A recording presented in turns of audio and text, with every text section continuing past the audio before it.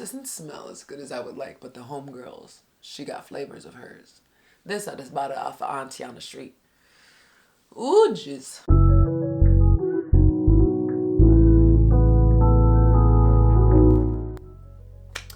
All right, so what we're doing today is a 7-minute question because I need to get back on that. And one of the questions y'all have been asking me through like Instagram and stuff is what is my like morning skincare routine? So because I've been trying out something new, I decided to show y'all.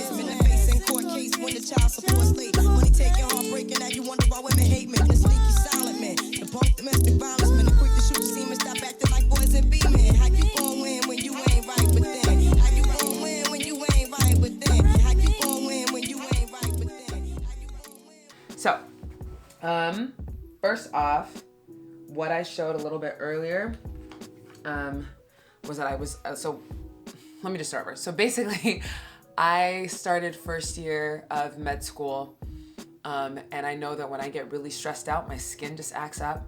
And at the time, I wasn't really drinking enough water. Like there was so much, I think just like in terms of lifestyle behaviors that I wasn't doing for myself at the time. And so leading up to med school, I love like Ross. There's no Ross in the state of Michigan, which is crazy. But I love Ross and like Target and those kind of stores because they tend to have like a skincare section where you can like pick and choose like things that aren't too expensive so you can try things out as you kind of figure out what works with your skin, right? So I have very oily skin. And back then I used to think like, okay, my skin's oily so I don't need to moisturize it. That's a lie. And like there were just so many things that I didn't really know about like my body and about skincare and whatever. And so when I started med school, I was like, okay, what's my one like self-care thing that I'm gonna do to like relax and like wind down? So 2 things. One, I moved into an apartment that had a bathtub the size of me. I'm 5'11", so it was freaking lit. So I was like, bet I'm about to do bubble bath, soaks and stuff.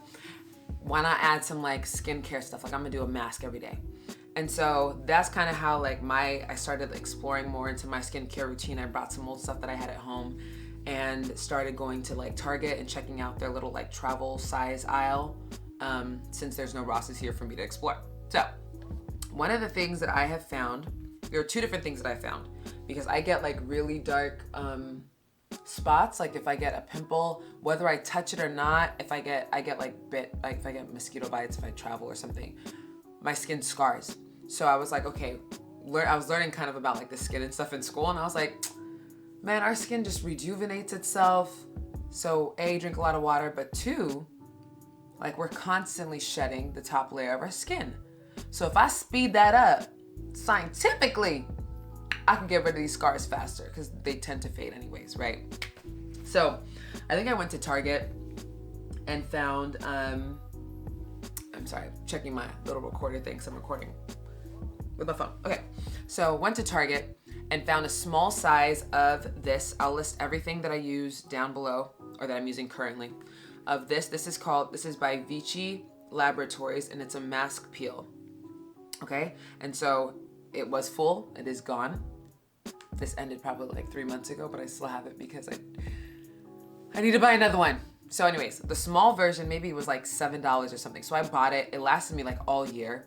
I would do a peel maybe twice a week first year, and I saw my skin change. So I was like, bet I need to either try other brands or buy the big size, which I did end up buying the big size when I moved here to Flint for third year. Finished it this fast, sharing with my sister, probably using too much. Gonna buy it again. So started doing mask peels, right? So I would do it, this one, you put it on, let it sit for 5 to 7 minutes or something, and then you wash it off. And so I would try to do this twice a week to start getting rid of my scars, and they really did. I have a couple new ones now, but for sure, like second year, yo, my skin was like luscious, okay?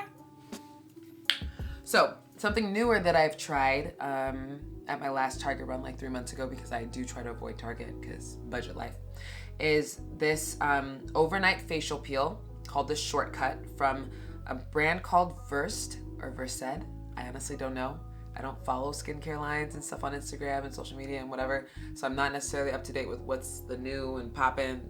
Y'all might all know about this and I just found out, but it's cool because I'm gonna plug y'all that don't know. So this is the overnight facial peel. I started trying to put this on before I go to bed, maybe twice a week since that ran out. Haven't been so consistent, but I did use this last night, and that's what I kind of washed off this morning. And I mean, for so far so good. It feels, my skin was feeling like really good. You can kind of see as you kind of rub it off, because you put it on and then in the morning you wash your face and it washes off. You can kind of feel some skin that was removed. And it has lactic and glycolic acid, which are just really good. I don't even know if I want to use the word chemicals, because I don't really like the word chemicals, but it's just really good in terms of like exfoliating and removing that layer of skin.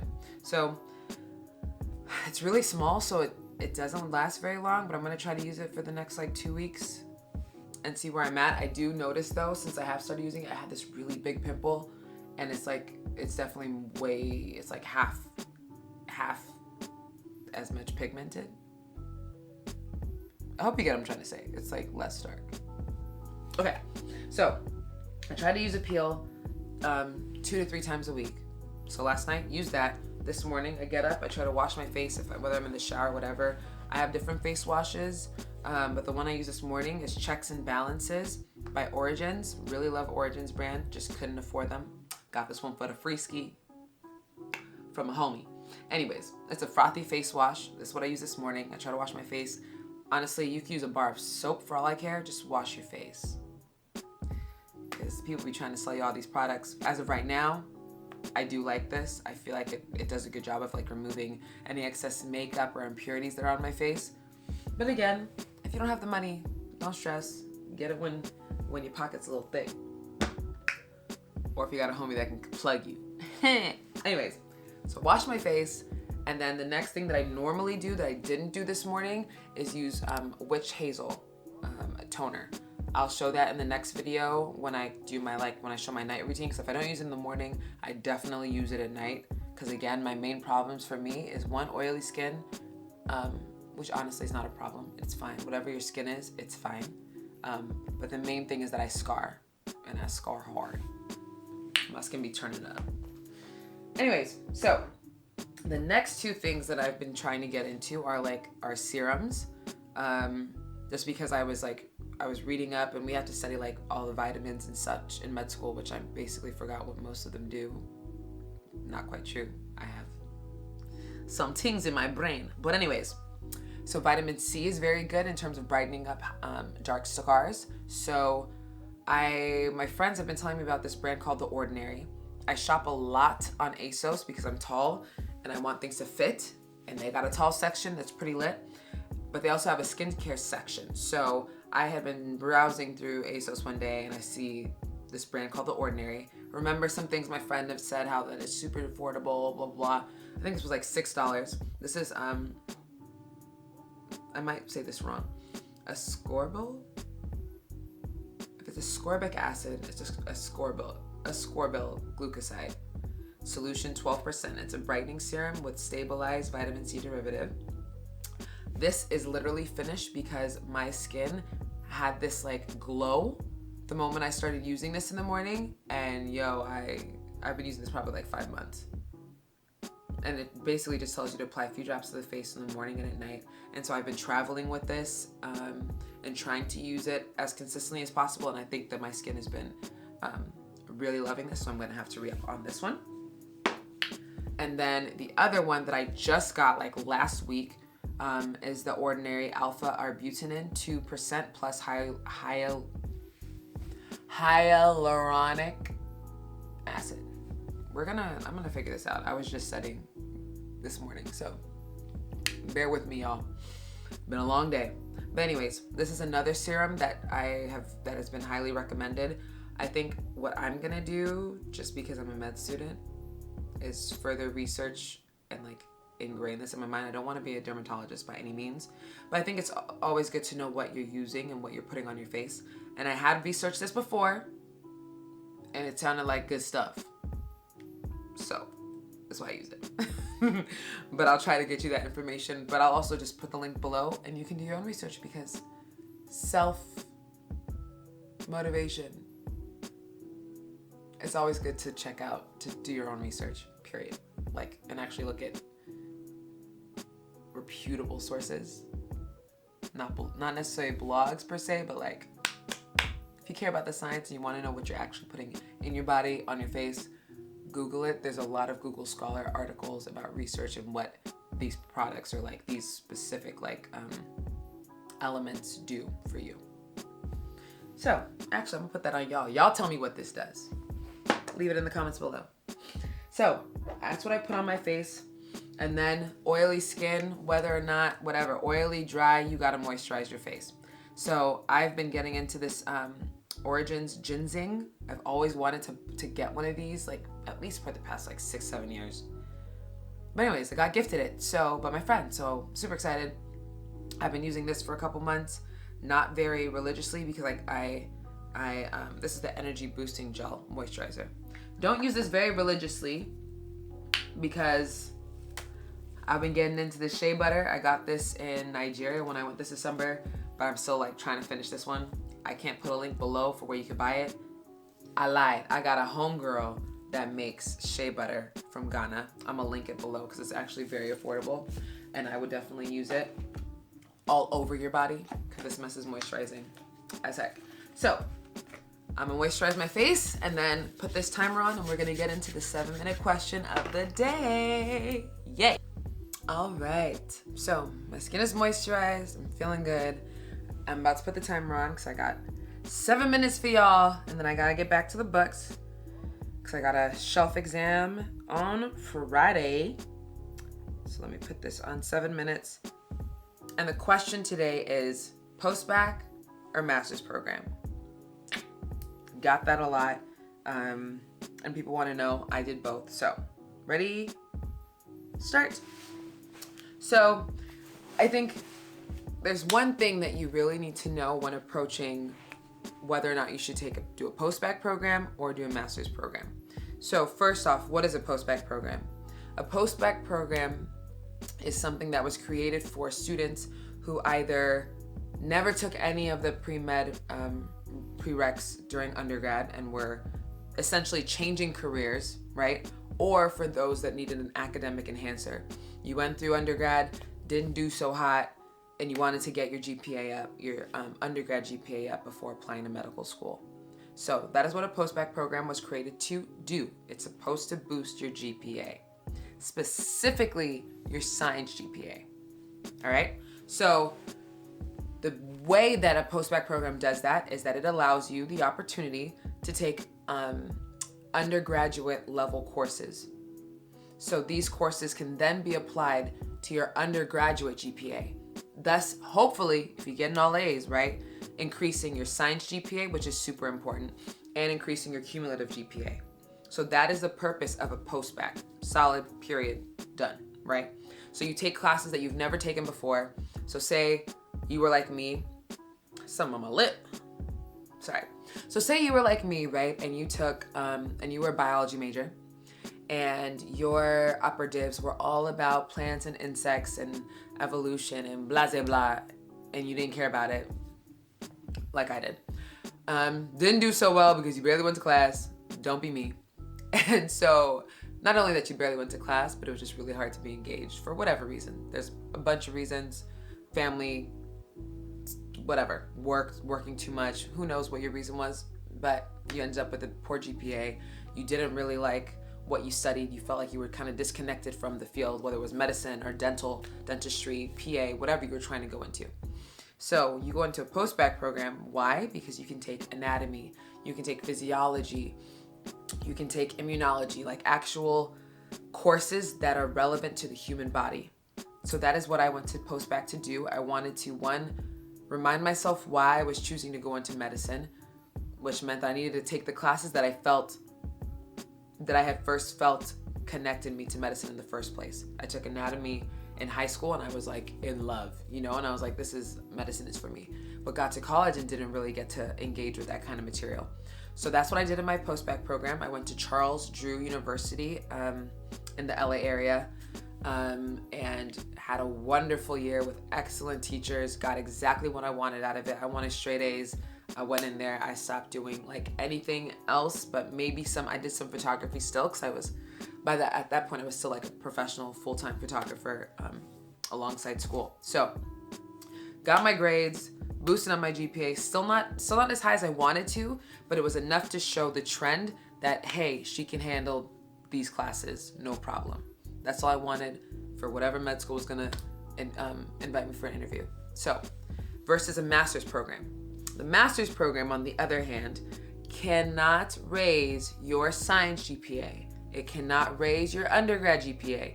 So your GPA is still finna be your GPA, okay?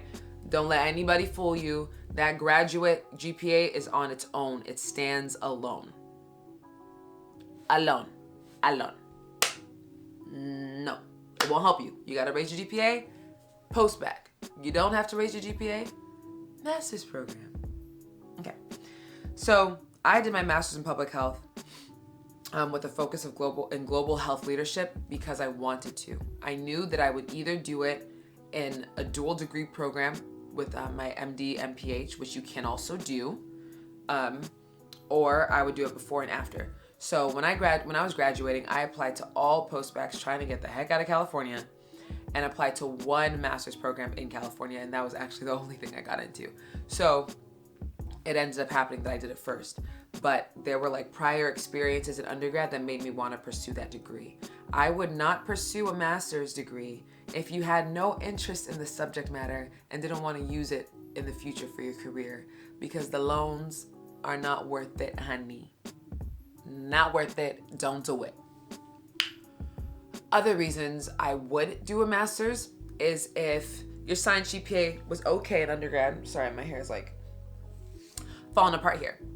Is if your science GPA was okay in undergrad, not the best. Now for me, I think if you have a 3.0 or above, apply.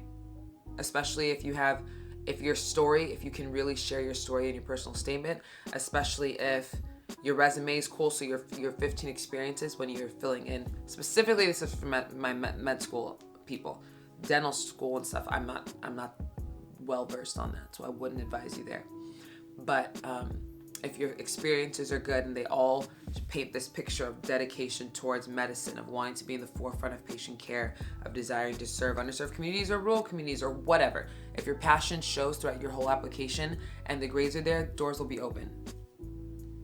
So there are other master's programs that are called special master's programs that give you the opportunity to take like med school level courses.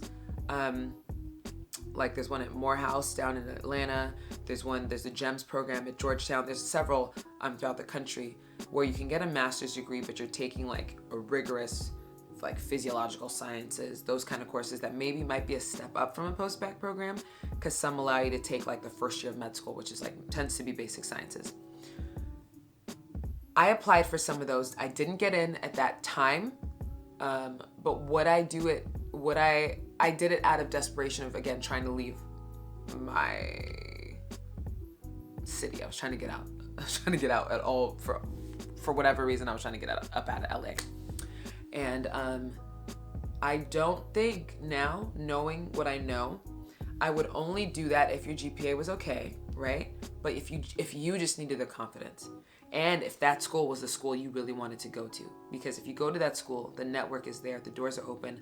A lot of them have that tie-in, like, if you do well, we're gonna give you an interview, you know? And so I would also do that also if you're like, your MCAT was you were comfortable with your MCAT score as well enough to apply. A lot of those programs have a minimum MCAT requirement. There's the timer. A lot of those programs have a minimum MCAT requirement as well. So the tendency is that most things are in place, but you want to show and feel that you can do med school without dying. Might be a little bit dramatic, but that's the only reason why I would do a special master's program. But other than that, low GPA, want to boost it up before applying, post-bac. Interested in other things and want to pursue a higher degree outside of an MD, master's program. You're doing pretty well, right? You got the MCAT, you got the GPA, but you still feel unsure. Or you have certain schools that you really want to go to above anything else. Like if you got in, you wouldn't go anywhere else. Then I would pursue the special master's program. Because again, if you do well in that program, you can get the interview and you can be in the door with that school. Otherwise, for me, wouldn't do it, but it's up to you. It's literally up to you.